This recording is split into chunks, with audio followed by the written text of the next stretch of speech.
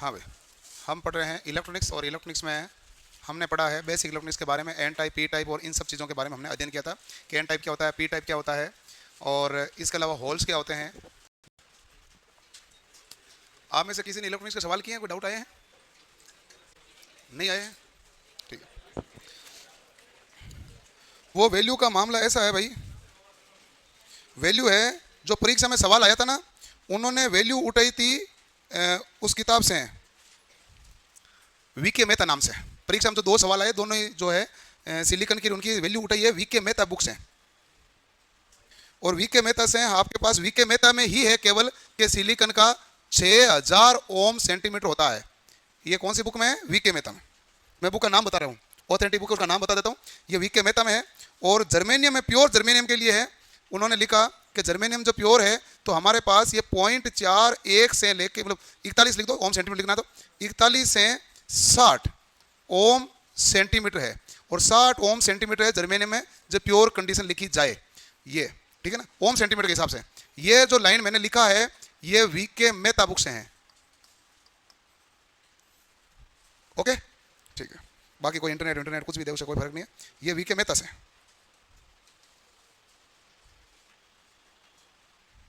लिख लो, रजिस्टिविटी है भाई। मैंने बुक का नाम लिख के चीज लिख दी है, क्योंकि नहीं तो फिर कंफ्यूज रहता कहाँ क्या लिखा हुआ, कहाँ क्या लिखा हुआ नहीं है। तो ये किताब का नाम है रियमान है, है?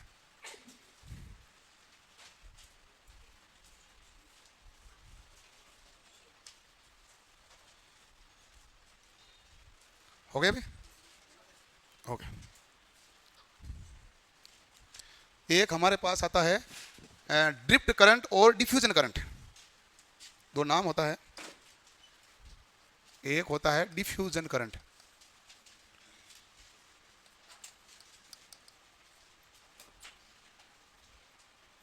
डिफ्यूजन की स्पेलिंग क्या है?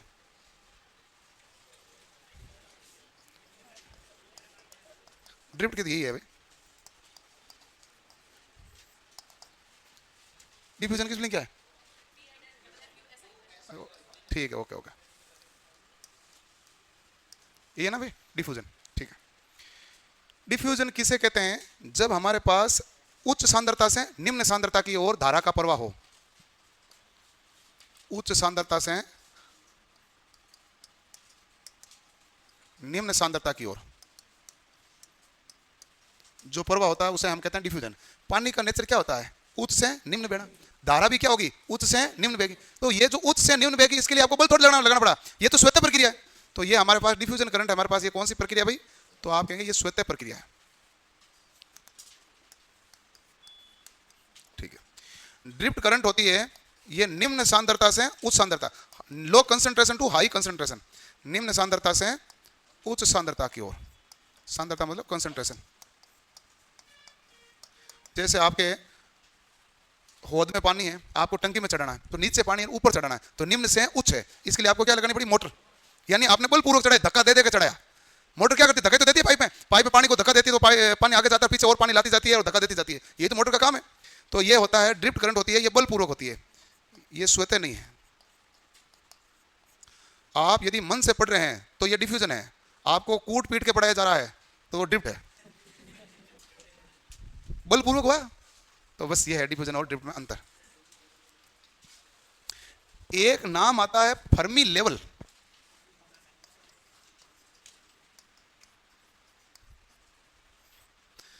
फर्मी लेवल देखो, ये होता है वैलेंस बैंड, ये होता है कंडक्शन बैंड। तो पूछे फर्मी लेवल वैलेंस बैंड और कंडक्शन बैंड में बराबर बीचों बीच है क्या? तो आप कहना नहीं। ये हमारे पास होता है यदि पी टाइप पदार्थ है, पी टाइप में वैलेंस बैंड से तुरंत ऊपर, और एन टाइप के अंदर है, एन टाइप में हमारे पास है कंडक्शन बैंड से जस्ट नीचे, ठीक है। ये हमारे पास क्या होता है भाई? Fermi level. ये एन टाइप और पी टाइप बराबर बीचों बीच होता है क्या? तो आप कहना नहीं। पी टाइप है तो वैलेंस बैंड से जस्ट ऊपर फर्मी लेवल कहलाएगा, और एन टाइप में कंडक्शन बैंड से जस्ट नीचे। एन टाइप में इलेक्ट्रॉन यहां पर पहुंच जाते हैं, थोड़ा सा इसको ऊर्जा मिली ये इलेक्ट्रॉन कूद के कहां चले गए? कंडक्शन बैंड में। चालकता होगी, कंडक्शन बैंड में इलेक्ट्रॉन बढ़ने का मतलब चालकता बढ़ी। और पी टाइप में क्या होते हैं भाई? होल होते हैं। और होल जैसे यहां पर वैलेंस बैंड में गए, वैलेंस बैंड में होल बढ़े, इसका मतलब कंडक्शन बैंड में क्या चला गया? इलेक्ट्रॉन। वैलेंस बैंड में होल होने का मतलब इलेक्ट्रॉन यहां से गायब हुआ, गायब हुआ कहां गया? कंडक्शन बैंड में। तो दोनों केस में चालकता बढ़ती है, लेकिन पी टाइप का फर्मी लेवल वैलेंस बैंड से ऊपर होता है और कंडक्शन बैंड से नीचे होता है, वो एन टाइप का होता है। करो नोट।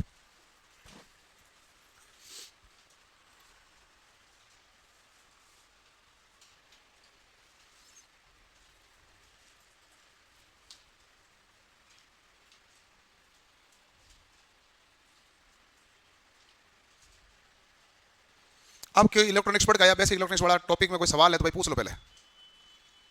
कोई नहीं पढ़ गया क्या? कोई डाउट नहीं आया? पढ़ के नहीं आया कोई भी? देखो तुम तो क्या हुआ, पढ़ के तो आना चाहिए। आज किस टॉपिक का टेस्ट था? Okay okay.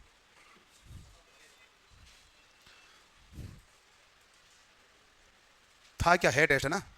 हाँ था नहीं ना, है, होगा।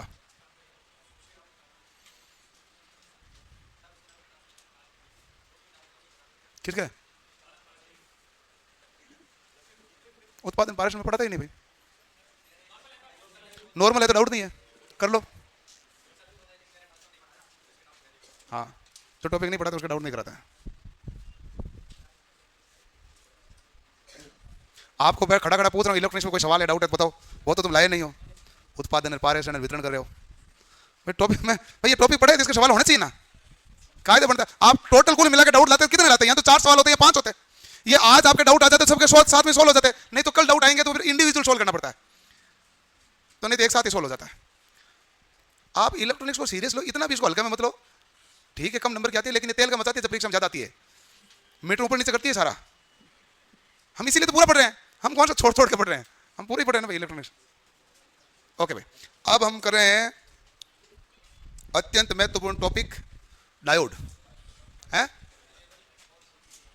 फर्मी लेवल से तो फर्मी ऊर्जा मिली। फर्मी लेवल ये है, इसको जो ऊर्जा मिलेगी तो ये यहां चला जाएगा, उसे फर्मी ऊर्जा कह दिया।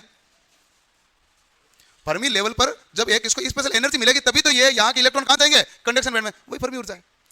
आता परीक्षा में दोनों ही नहीं है, लेकिन नाम लिखा दिया हमने। ये आता है अभी जो लिखा है आज, वो सभी कम कम ही आते हैं, कभी कभार आ जाए भूला भटका, आता नहीं है।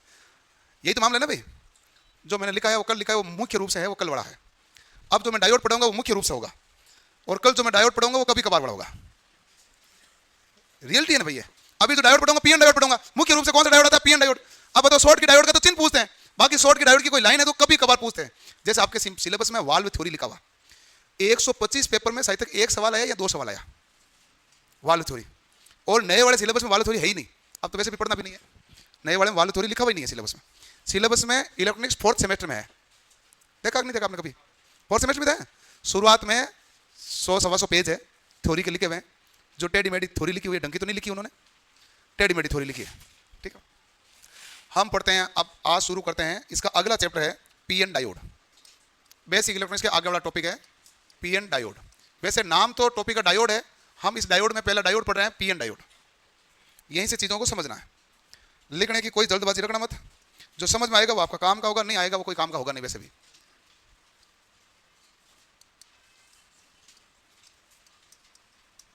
सेमीकंडक्टर डायोड कहते हैं इसे।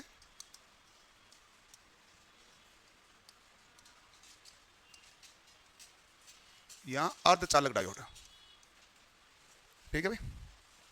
सेमीकंडक्टर डायोड, यहां अर्धचालक डायोड। पीएन डायोड क्या होता है?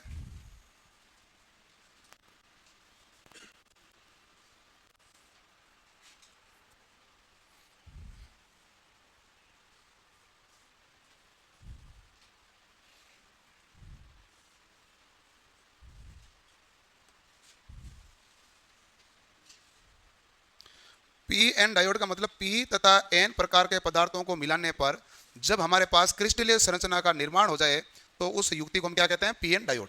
ठीक है, पी एन डायोड में एक तो होता है पी प्रकार का पदार्थ है, और दूसरा हमारे पास होता है एन प्रकार। एक तो है पी और दूसरा है एन। पी के पास होल होते हैं कि इलेक्ट्रॉन होते हैं भाई? वो पी के पास होते हैं होल, और एन के पास क्या होते हैं भाई? इलेक्ट्रॉन। अच्छा, एन के पास केवल इलेक्ट्रॉन होते हैं कि होल भी होते हैं? एन में होल भी होते हैं,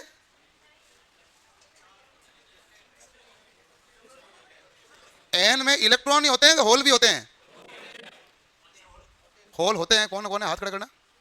1 2 3 4 5 6 7 8 9 10, बाकी सब डूब जाओ, सही हो तुम। होल होते हैं। कल नहीं लिखा हमने एन टाइप में कि मेजॉरिटी में इलेक्ट्रॉन है, माइनॉरिटी में होल है? तो क्या लाइन थी? माइनॉरिटी में होल है, मतलब होल तो है लेकिन माइनॉरिटी में है। तो इसमें होल होते हैं लेकिन कम होते हैं, इसमें इलेक्ट्रॉन भी होते हैं लेकिन कम होते हैं। पी टाइप में इलेक्ट्रॉन होते हैं माइनॉरिटी में, एन टाइप में होल होते हैं, वो क्या होते हैं? माइनॉरिटी। ठीक है, अब बताओ पी टाइप वाले होते हैं वो पॉजिटिव आयन होंगे कि नेगेटिव आयन होंगे? मैं संन्यास ले लेता हूं अब। हाँ, पी टाइप वाले पॉजिटिव आयन है नेगेटिव आयन है? पॉजिटिव वाले हाथ खड़े करो, कौन कौन है? डूब जाओ तुम। पी टाइप में नेगेटिव आयन होते हैं। आप खोलो, कॉपी में लिखा हमने, पी टाइप में आयन होते हैं acceptor. N A minus, N A minus लिखा, क्या लिखा हुआ है?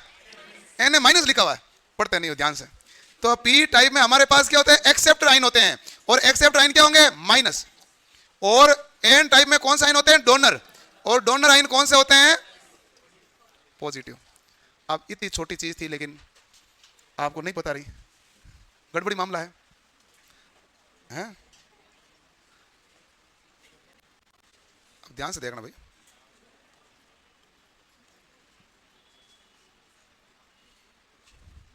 आपके कल वाला डाउट कहां से है? कल आपने कुछ पढ़ा तो नहीं है? अब देखो भाई, अब हमारे पास नेगेटिव आयन इधर आएंगे पास में। ये कौन सा आयन है भाई? नेगेटिव। इधर आयन कौन से होते हैं? पॉजिटिव।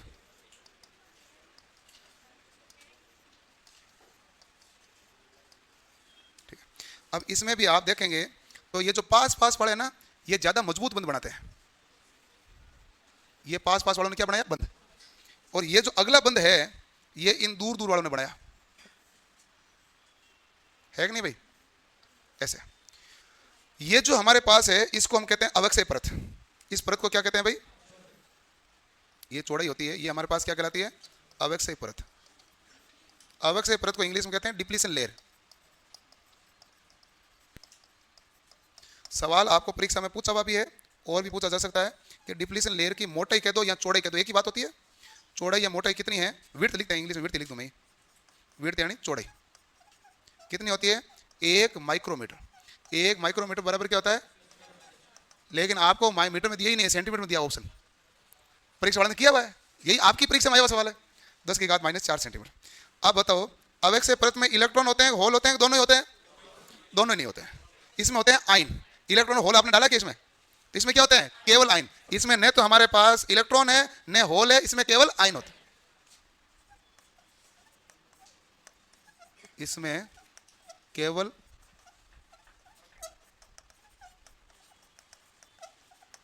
वैसे नियम यह है कि एक बार ये परत बन गई तो आप ये समझ लो ये दीवार है मजबूत रूप से।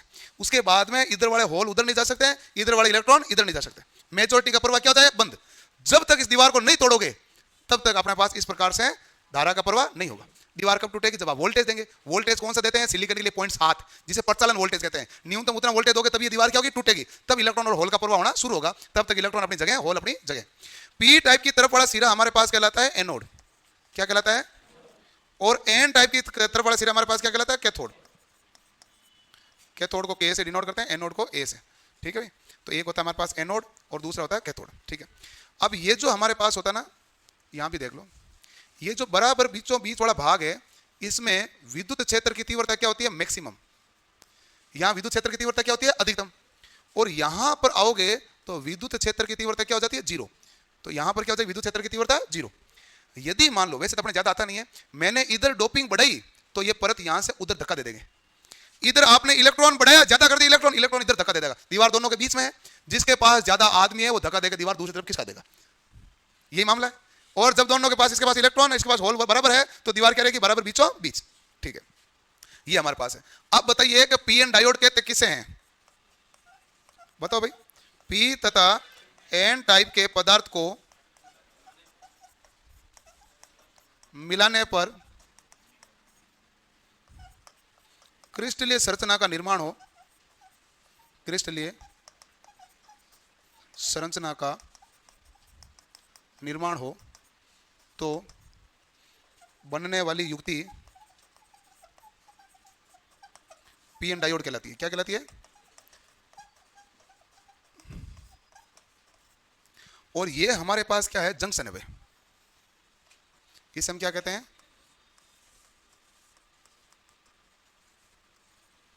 ये हमारे पास पीएन जंक्शन है। ये हमारे पास क्या है? तो आप कहेंगे ये हमारे पास जंक्शन है। ठीक है भाई, ओके करो।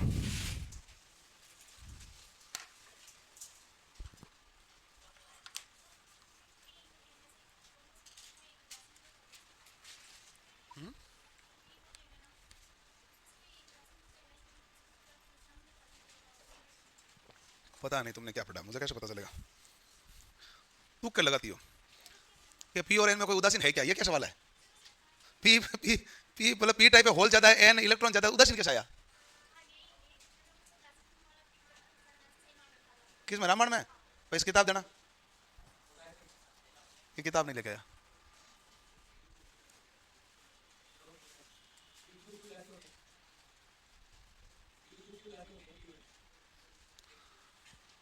परमाणु विद्युत रूप से उदासीन होता है क्योंकि उसमें प्रोटॉन और इलेक्ट्रॉन की संख्या बराबर है। यहां तुम इलेक्ट्रॉन और होल बोल रहे हैं, प्रोटॉन नाम बोल ही कहां रहे हैं?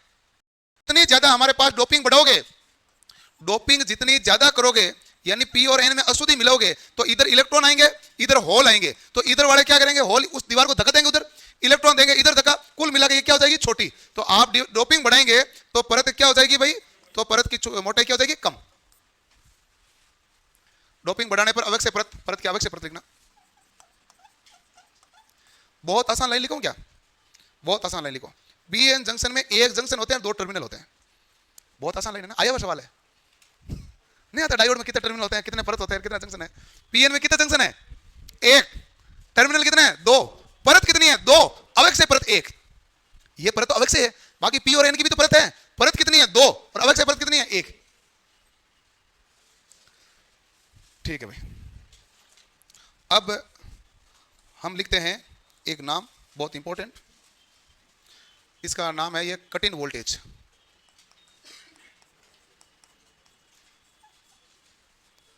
कट इन वोल्टेज का एक और नाम है, क्या नाम है भाई? नी वोल्टेज। बहुत बढ़िया बात। एक और नाम है बैरियर पोटेंशियल। बैरियर पोटेंशियल, ठीक है। कट इन वोल्टेज कह दो या नी वोल्टेज कह दो या बैरियर पोटेंशियल कह दो। नी का मतलब होता है घुटना, नी तो घुटना ही होता है। बैरियर पोटेंशियल किसे कहते हैं? वह न्यूनतम वोल्टेज जो डायोड को संचालित करने के लिए आवश्यक है। डायोड कम से कम कोई ना कोई वोल्टेज हो गए तब डायोड क्या होगा? ऑपरेट होगा। जैसे नहीं होता कई बार मान लो ट्रैक्टर गांव में अपने घर पे बंद हो जाता है, हम कहते हैं धक्का दो, तो कोई ना कोई तो थ्रेशोल्ड वोल्टेज है कि किस स्पीड से धक्का देना चाहिए। आप अकेले एक हाथ से धीरे धीरे दोगे तो वो आप चालू होगा क्या? नहीं। तो आपको क्या देना पड़ता है? थोड़ा ज्यादा जोर से धक्का देना पड़ता है। तो कोई ना कोई तो थ्रेशोल्ड वैल्यू आती है। तो वह न्यूनतम वोल्टेज, कोई ना कोई तो ऐसा वोल्टेज है कि इतना देने के बाद में डायोड काम करना शुरू कर देगा।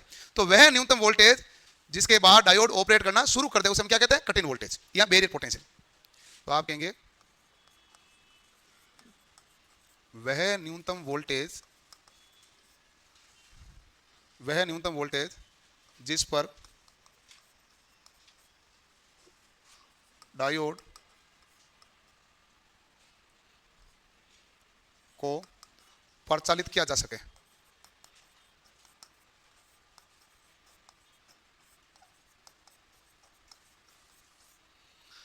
वह न्यूनतम वोल्टेज जिस पर डायोड को परिचालित किया जा सके वो हमारे पास क्या कहलाएगा भाई? Cut in voltage. वह न्यूनतम वोल्टेज जिस पर डायोड को परिचालित किया जा सके वह हमारे पास कौन सा वोल्टेज कहलाएगा भाई? Cut in voltage. Clear? Okay. अब देखो सिलिकॉन का कट इन वोल्टेज होता कितना है? 0.7 वोल्ट। जर्मेनियम का कितना होता है? 0.3 वोल्ट। कट इन वोल्टेज कम होना चाहिए, ज्यादा होना चाहिए? कम। कम होना चाहिए, मतलब 0.3 पर ही चालू हो जाना वो ज्यादा अच्छा है। सिलिकॉन का 0.7 वोल्ट होता है, जर्मेनियम का 0.3 होता है। इसे कट इन वोल्टेज कहते हैं, नी वोल्टेज कहते हैं, या इसे बैरियर पोटेंशियल कहते हैं। तो वह न्यूनतम वोल्टेज जिस पर डायोड परिचालित किया जा सके या डायोड स्टार्ट हो जाता है, डायोड काम करना प्रारंभ कर देता है, उस वोल्टेज को हम कहते हैं नी वोल्टेज या कट इन वोल्टेज। क्लियर हो गया? समझ में आ गया? 0.7 सिलिकॉन वाले डायोड को जब तक नहीं दोगे तब तक डायोड सांस ही नहीं लेगा, वो कहेगा काम ही शुरू नहीं होगा। 0.7 के बाद कार्य क्या करेगा? शुरू करेगा। इसी कहते हैं कट इन वोल्टेज। ठीक है, ओके भाई। अब होता है डायोड का सिंबल।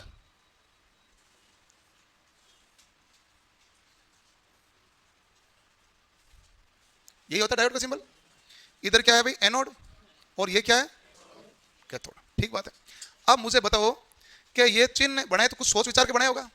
ये चिन्ह क्या क्या बताता है? और मैं हमेशा उदाहरण देता हूँ, जैसे मान लो कि रुपये का साइन है तो इस प्रकार का होता है कि नहीं होता है? और रुपया का साइन है, आईआईटी वाले उदय कुमार ने ऐसा ही क्यों बनाया? उसने कहा हिंदी में रे दिखेगा, इंग्लिश में आर दिखेगा, ये एक लाइन एक सीधी है जिसके कारण रुपया क्या रहेगा, स्थिर रहेगा, रुपये की वैल्यू गिरेगी नहीं। ठीक है, वो अलग बात है कभी गिर रही है, लेकिन इसका अर्थ तो यही था ना। तो जब ये सिंबल बनाया तो इसका भी तो कोई ना कोई अर्थ होगा।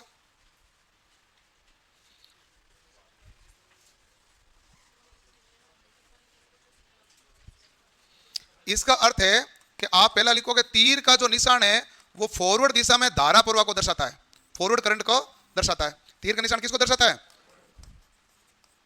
फॉरवर्ड धारा को दर्शाता है। फॉरवर्ड करंट क्या होती है वो अभी थोड़ी देर में पढ़ेंगे, केवल इतना समझ लो, एनोड को प्लस दे दिया, कैथोड को माइनस दे दिया, उसे हम कह दिया फॉरवर्ड। उल्टा लगा दिया, कैथोड को प्लस एनोड को माइनस, वो हो जाता है रिवर्स। ठीक है, तो तीर का निशान फॉरवर्ड धारा को दर्शाता है। अब अगली लाइन है, खड़ी लाइन क्या बताएगी भाई?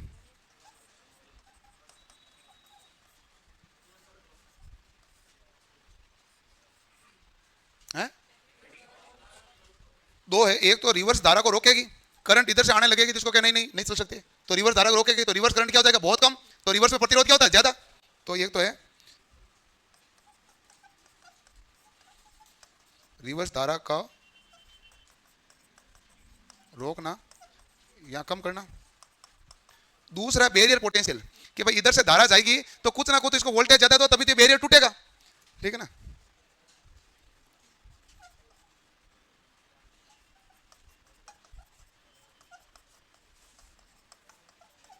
बैरियर पोटेंशियल को दर्शाता है, किसको दर्शाता है भाई? Barrier potential. ठीक है, करो नोट। जल्दबाजी में कुछ नहीं लिखो, सब आराम आराम से लिखो, आराम आराम से समझ समझ के लिखना। क्या है? ठीक है, अब हमारे पास आता है फॉरवर्ड और रिवर्स। ठीक है, बाइसिंग दो प्रकार की होती है,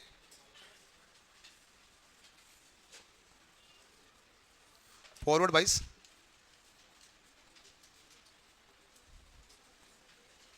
अग्र अभिनति। फॉरवर्ड बाइस कौन सा होता है भाई? तो आप कहेंगे हमारे पास कोई डायोड है, उसमें एक पी टाइप पदार्थ है और एक है एन टाइप पदार्थ। जब मैंने पी टाइप को बैटरी के प्लस के सिरे से जोड़ा, एन को बैटरी के माइनस के सिरे से जोड़ा, तो हमारे पास क्या हुआ? तो आप कहेंगे ये हमारे पास बन गया फॉरवर्ड बाइस। ये हमारे पास क्या हो गया? फॉरवर्ड बाइस। ठीक है, और हमारे पास ये आप ऐसे करो,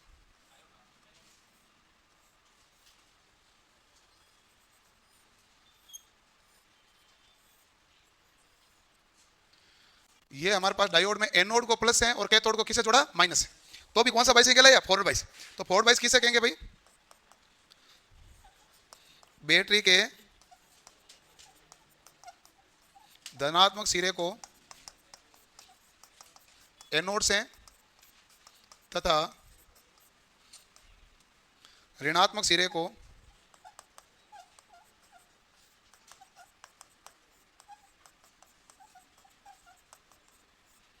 कैथोड से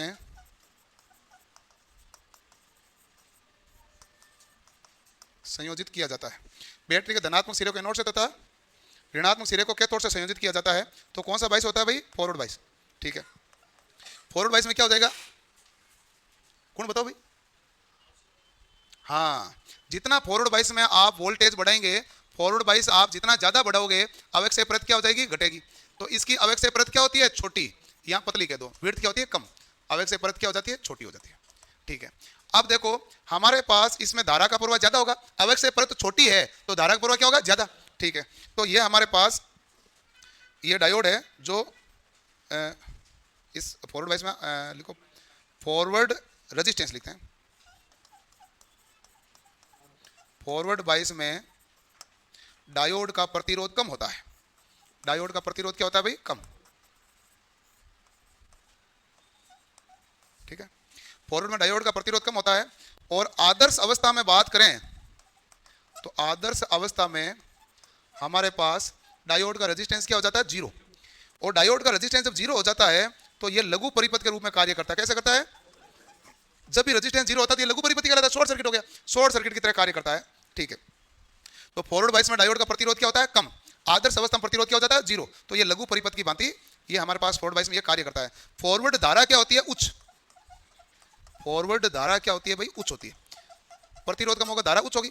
उच्च होकर धारा होती है किस ऑर्डर में? मिली एम्पियर में। किस में होती है भाई? Milli ampere. एम्पियर तक तो पहुंचती नहीं ना, मिली एम्पियर हाईएस्ट है। करो नोट। ये फॉरवर्ड बायस। फॉरवर्ड बायस कब होता है? जब आप P को प्लस से और N को माइनस से, एनोड को पॉजिटिव से, कैथोड को नेगेटिव से जोड़ देते हैं, फॉरवर्ड बायस हो जाता है। इसमें आवेश प्रतिरोध घट जाती है, जिसके कारण बाधा क्या होगी? कम। बाधा कम होगी, धारा प्रवाह क्या होगा? ज्यादा। यही मामला है। परिपथ है, लघु परिपथ। ठीक है भाई, ओके। इसके बाद आता है रिवर्स बायस।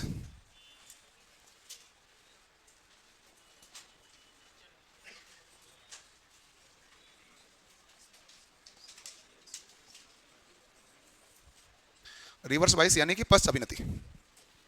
बताइए रिवर्स बायस क्या होता है? तो रिवर्स बायस में आप कहेंगे P को तो अपन जोड़ दें, बैटरी को उल्टा कर दो। P और N है हमारे पास, तो बैटरी का ऋणात्मक सिरा P से और धनात्मक सिरा किसे जोड़ दिया? N से।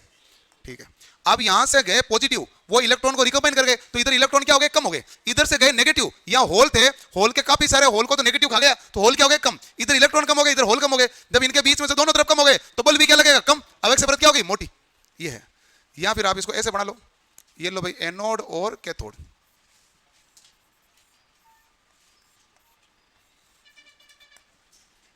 ठीक है, ओके। अब हमारे पास क्या होता है? आप कहेंगे इसमें बैटरी के धनात्मक सिरे को किसे जोड़ते हैं? एनोड से, कैथोड से? अरे कैथोड से हैं, देखो ध्यान से। तथा ऋणात्मक सिरे को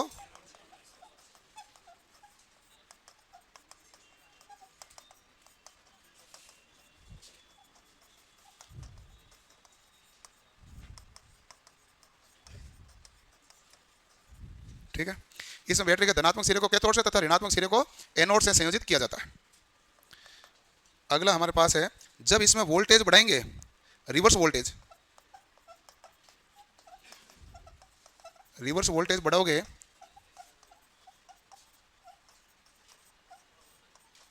तो आवेश परत क्या हो जाएगी? छोटी। रिवर्स वोल्टेज बढ़ाओगे तो आवेश परत क्या हो जाएगी? छोटी। ठीक है भाई, रिवर्स वोल्टेज बढ़ा दो तो आवेश परत क्या हो जाएगी? छोटी। अब देखो, अब हमारे पास रिवर्स बायस में डायोड प्रतिरोध क्या होगा भाई? आर डी क्या हो जाएगा भाई? उच्च। और आदर्श अवस्था में आप क्या बताएंगे? आदर्श अवस्था में आप कहेंगे आर डी हो गया अनंत। अनंत हो गए तो कौन सा परिपथ की भांति काम किया? खुला परिपथ। खुला परिपथ की भांति कार्य करता है। और रिवर्स धारा किस में होती है? रिवर्स धारा, सीधा सवाल पूछे तो रिवर्स धारा आप कहना माइक्रो एम्पियर में, फॉरवर्ड धारा मिली एम्पियर में, रिवर्स होती है माइक्रो में। वैसे सवाल अलग पूछ ले कि सिलिकॉन में रिवर्स धारा क्या होती है? नैनो एम्पियर में। वो मैंने कल लिखा दिया था। जर्मेनियम में कितने होती है? माइक्रो। सिलिकॉन में क्या होती है? नैनो। लेकिन सिंपल पूछ ले रिवर्स धारा किस में होती है? तो माइक्रो एम्पियर में। सवाल आया हुआ, सिंपल भी तो आई हुई है। अब बढ़ेगी बढ़ेगी। हाँ ठीक, ओके ओके ओके। मादा एनाफ्लीज मच्छर से। अच्छा है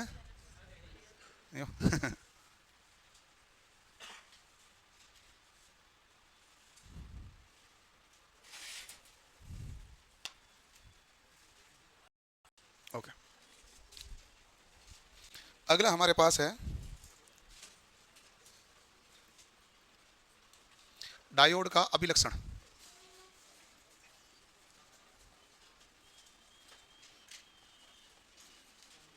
डायोड का अभिलक्षण ग्राफ है।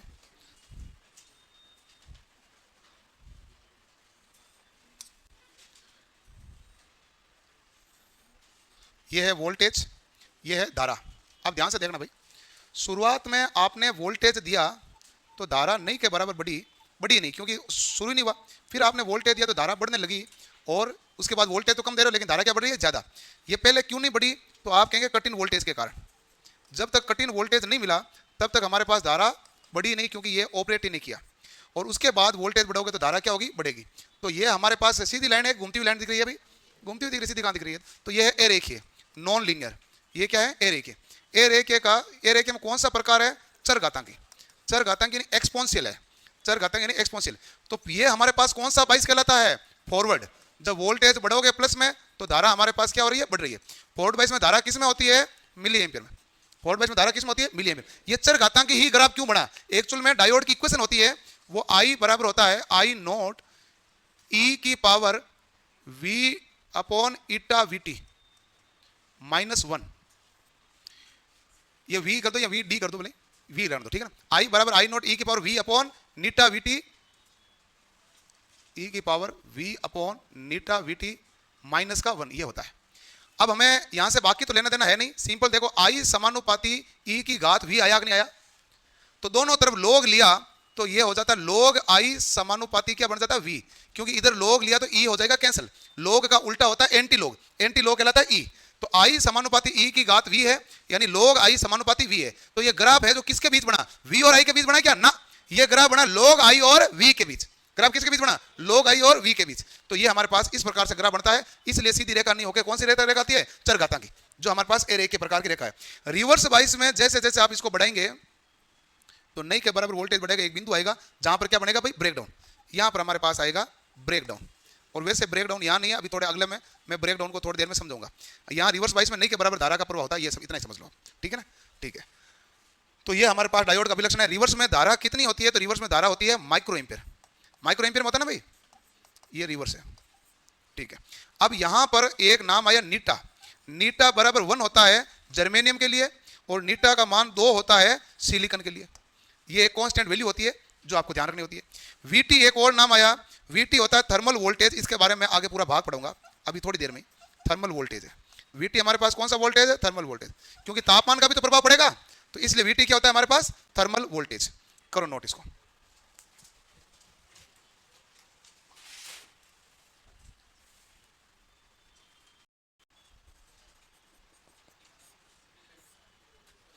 एक तो लिखो स्विच के रूप में, ले सकते हो क्या? कैसे? स्विच में क्या होगा? एक होगा ऑन, एक होगा ऑन में कब काम करेगा? फॉरवर्ड बाइस। और ऑफ कब हो जाएगा? Reverse bias. रिवर्स बाइस धारा प्रवाह नहीं करने देगा, फॉरवर्ड बाइस धारा प्रवाह करने देगा। यही हुआ, तो स्विच के रूप में कर सकता है। दूसरा है रेक्टिफायर के रूप में, वो तो आप पढ़ना ही है, रेक्टिफायर के रूप में। अब अगला नाम लिखूं जो पूछा कभी नहीं लेकिन पूछ सकता है, क्लिपर एवं क्लैंपर में। क्लिपर एवं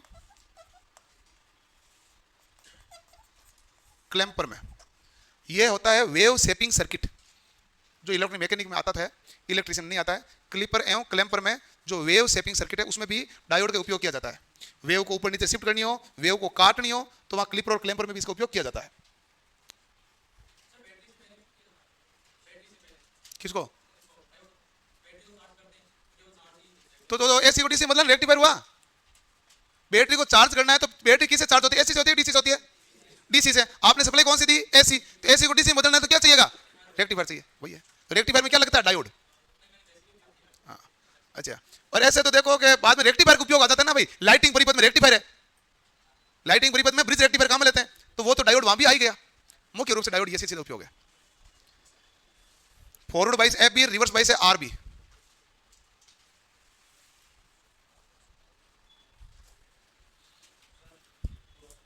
कौन सा? I बराबर I नोट E की पावर V अपॉन ईटा VT -1, ये तो है सूत्र, ठीक है। इसका मतलब I समानुपाती E की घात V है कि नहीं है? है। फिर आप जानते हैं कि log क्या होता है? नहीं जानते हैं तो देख लो, ये यही होता है। मैं कैसे समझाऊंगा? log पूरा चैप्टर है। किसके साइंस थी भाई उन्होंने log पढ़ रखा है? log किसने पढ़ रखा है? 1 2 3 4, ये साइंस वाली है। log m गुणा n बराबर होता है log m plus log n। log m की घात n बराबर n log m, और log का उल्टा होता है एंटी log, ठीक है ना। तो दोनों तरफ log log, इधर मैंने log लिया, इधर log लिया, तो log एंटी log से हो गया कैंसिल, तो पीछे क्या बचा? v। ये कारण होता है। अब ये मैं आपको सीधा कैसे शॉर्ट कर दूंगा, वो तो चैप्टर होता है। नेचुरल log का मान अलग होता है, log की पावर बेस 10 का मान अलग होता है, log की बेस 2 भी हो सकती है। नेचुरल log को ln से लिखते हैं। हम जब पढ़ते थे तो log चैप्टर 9वीं 10वीं में था, अब है 9वीं 10वीं में है नहीं, अब 11वीं 12वीं में है, ठीक है ना। तो पहले 9th-10th में लोक चैप्टर था, धीरे धीरे जितने भी पीछे जनरेशन आ रही है उनके सिलेबस घटाया जा रहा है। हमारे टाइम सिलेबस ज्यादा था, उसके बाद आए उनके सिलेबस थोड़ा सा कम हुआ, उसके बाद और सिलेबस, हर बार जब भी अपडेट हुआ ना सिलेबस घटा ही है। सिलेबस कभी बढ़ता नहीं, हमेशा घटाते हैं, कम करते जाओ कम करते जाओ कम करते जाओ। और कायदे की बात है, वो तरीका है भी सही, फालतू की चीजें बहुत ज्यादा होती है उसमें, लेकिन वो सिलेबस कम करके कुछ नई चीज डालनी चाहिए जो लेटेस्ट चल रहा है कि नहीं भाई, ताकि कोई किसी बच्चे के जीवन में कोई काम तो आए। राष्ट्रीय शिक्षा नीति चेंज की है तो इसमें ये भी तो चेंज करो। राष्ट्रीय शिक्षा नीति के अंतर्गत भाई नए नए हैं, जल्दी लिखो भाई जिन्होंने भी नहीं लिखा है। अब क्या बचा डायोड में है, वो अलग है पूरे, ये इस डायोड से वैसे उनका कोई लेना देना है नहीं, वो डायोड वैसे तो उनका नाम मतलब अलग से चलते हैं। वो डायोड में हमारे पास एक बच्चा है कि सवाल आएगा भाई, जो आयन होता है ना वो इमोबाइल चार्ज कैरियर है। इमोबाइल चार्ज यानी अगतिशील, ये गति नहीं करेगा। इलेक्ट्रॉन एंड होल है, ये हमारे पास क्या करेगा, गतिशील है। गतिशील का मतलब है मोबाइल चार्ज, ठीक है। यदि आपने इस प्रकार का एक डायोड बनाया है और डायोड में इधर आपको सफेद रंग की पट्टी दिख रही है तो ये हमारे पास है कैथोड, ये है एनोड, ये सफेद पट्टी होती है, कैथोड की तरफ होती है, ठीक है। एक होता है हमारे पास गतिक प्रतिरोध, गतिक प्रतिरोध होता है डायनामिक रेजिस्टेंस, इसे आर डी बोलते हैं, डेल वी बटा डेल आई, वोल्टेज और धारा में परिवर्तन के कारण आता है। और ये आर डी बराबर हमारे पास नीटा वीटी अपॉन क्या होता है, I F, Neeta VT upon क्या होता है, आई एफ होता है, ठीक है। आई एफ हमारे पास कौन सा होता है भाई, आई एफ होता है फॉरवर्ड करंट, ठीक है ना। वीटी थर्मल वोल्टेज है, नीटा हमारे पास नियतांक है। गतिक प्रतिरोध आर डी है ना, इसे डायोड रेजिस्टेंस भी बोलते हैं, डायोड प्रतिरोध भी नाम दिया जाता है, इसका नाम क्या देते हैं, डायोड प्रतिरोध, लिख लोगे।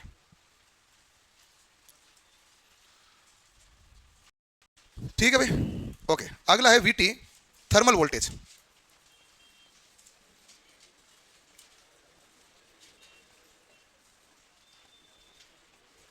थर्मल वोल्टेज क्या होता है भाई, वीटी। थर्मल वोल्टेज कहते हैं किसे, बताओ भाई, थर्मल वोल्टेज किसे कहते हैं भाई, तापमान के कारण वोल्टेज वही थर्मल वोल्टेज है। वीटी बराबर होता है एक्चुअल में केटी बटा क्यू, के बोल्ट्जमैन कांस्टेंट है, टी टेम्परेचर है और क्यू हमारे पास क्या है, आवेश। इसको हम हल करते हैं तो वीटी बराबर हमारे पास आता है टी बटा 11,600, ठीक है। अब टी का मान यदि आपने रखा 298 केल्विन यानी 25 डिग्री सेल्सियस, टी का मान है, टी का मान 25 डिग्री सेल्सियस यानी 298 केल्विन, तब हमारे पास वीटी का मान है, एग्जैक्ट नहीं होता कुछ भी, लगभग 25 मिली वोल्ट है। लेकिन यदि टी का कमरे का तापमान 27 डिग्री सेल्सियस लेते हैं तो कितना केल्विन आएगा, 300 केल्विन पर वीटी का मान हमारे पास क्या आएगा, 26 मिली वोल्ट। ये न्यू डाटा ये है, न्यू डाटा कौन सा है, 26 वाला, कई बार ऑप्शन आता था 25 वाला तो देख लेना, बाकी नया डाटा कौन सा होता है, क्योंकि नया कमरे का तापमान कितना है, 27, ठीक है। अब के और इसके क्यू के बारे में पूछते तो है नहीं, के होता है बोल्ट्जमैन कांस्टेंट, बोल्ट्जमैन कांस्टेंट यानी कि बोल्ट्जमैन नियतांक। के का मान कितना होता है, 1.34 इंटू 10 की घात -23 जूल प्रति केल्विन। क्यू हमारे पास आवेश है 1.6 इंटू 10 की घात -19 कूलाम, यह है थर्मल वोल्टेज का मान। अब आप कहेंगे ये मान क्यों लिखा, एक परीक्षा में सवाल आया और उन्होंने मान दिया नहीं, हमें खुद को ही ज्ञात ही करना था और उसके हिसाब से उत्तर देना था। अब ये हम आगे वाला सवाल कर लेंगे, यहां तक मैंने बेसिक बता दिया। अब मैं 3-4 थोड़े से अलग अलग तरह के न्यूमेरिकल पूछे मैं वो करवा देता हूं।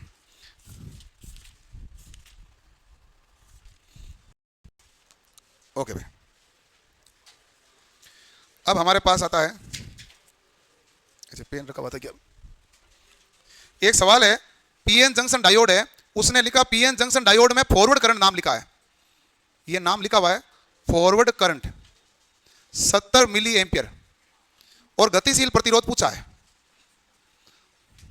इन्होंने हमें सिलिकॉन जर्मेनियम कुछ नहीं बताया, केवल इतना एक डायोड है, गतिशील प्रतिरोध पूछा है, ठीक है। जब नहीं बताया तो हम नीटा का मान क्यों लेंगे, तो आप क्या करोगे भाई, आप सिंपल करोगे, आर डी बराबर क्या लिखोगे, वीटी बटा आई एफ, यही लिखोगे। वीटी का मान है कितना, ये आपको ही सोचना है, कितना है 26, अभी अभी निकला कि नहीं निकला, बटा धारा कितनी है 70 मिली एम्पियर। मिली से मिली क्या हो गया, कैंसिल, भाग गया नहीं गया तो पॉइंट 7 ये 21, पीछे 5 बचा, 7 7 49, 0.37 ओम, ये आंसर है 0.37, 0.67, 0.07 और 370, तो आंसर क्या हो गया 0.37। लेकिन ये सवाल तभी कर सकते हो जब आपको पता हो कि वीटी का मान ये होता है। जब तक आप वीटी का मान ही आपके पास नहीं है तो आप इस सवाल को कर ही नहीं सकते। कैसे करोगे, क्योंकि आर टी बराबर वीटी अपॉन आई पे, इसने तो केवल धारा दी है और पूछा गतिशील प्रतिरोध है, इसलिए जो वीटी लिखा वो बहुत इंपॉर्टेंट है। आया हुआ सवाल है, ये हरियाणा लाइनमैन में आया हुआ है 2019 में 2 बार। हरियाणा वाला कहते हैं हमें पढ़ो, तुम्हारी सवाल है ये। करते हैं भाई, सब कर देंगे, सब कहीं कर देंगे।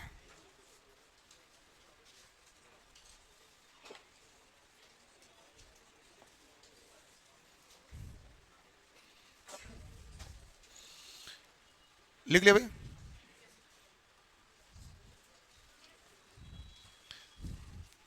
एक सवाल और है,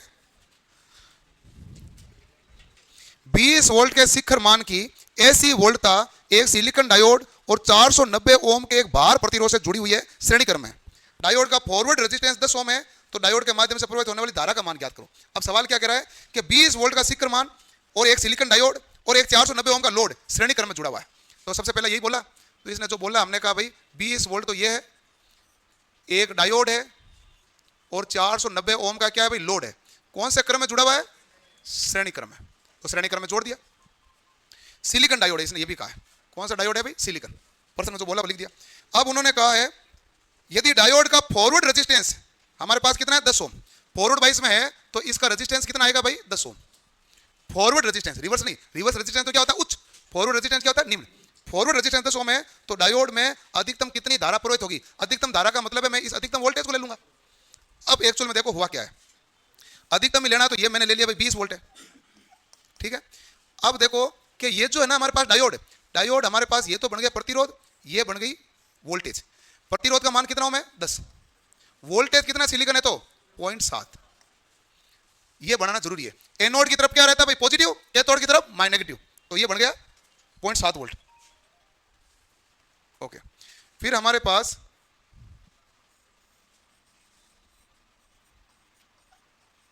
यहां से आया 490 ओम, ठीक है भाई, ये मामला हो गया।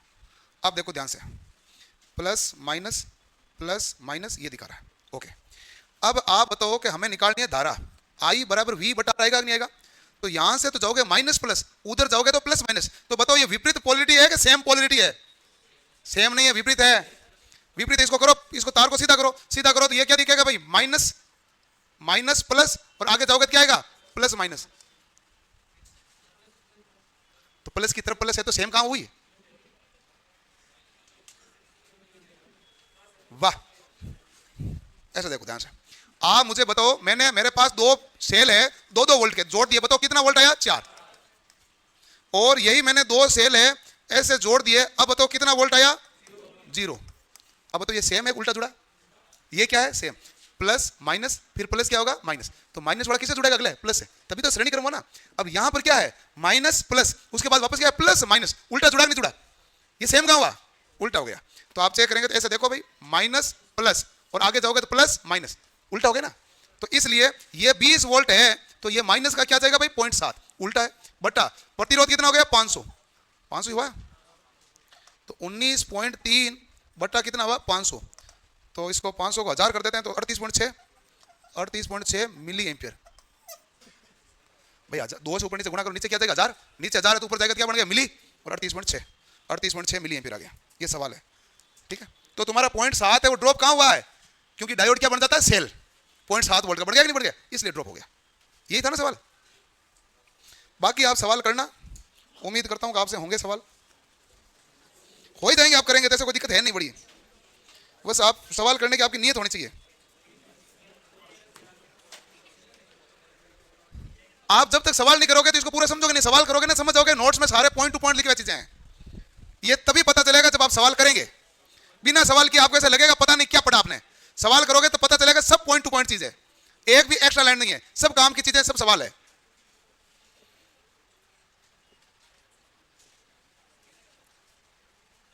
लिख लिया भाई, लिख लो फिर आराम से, बाकी हम कल पढ़ेंगे अन्य प्रकार के डायोड, और उसके बाद में ब्रेकडाउन क्या होता है, एवलांच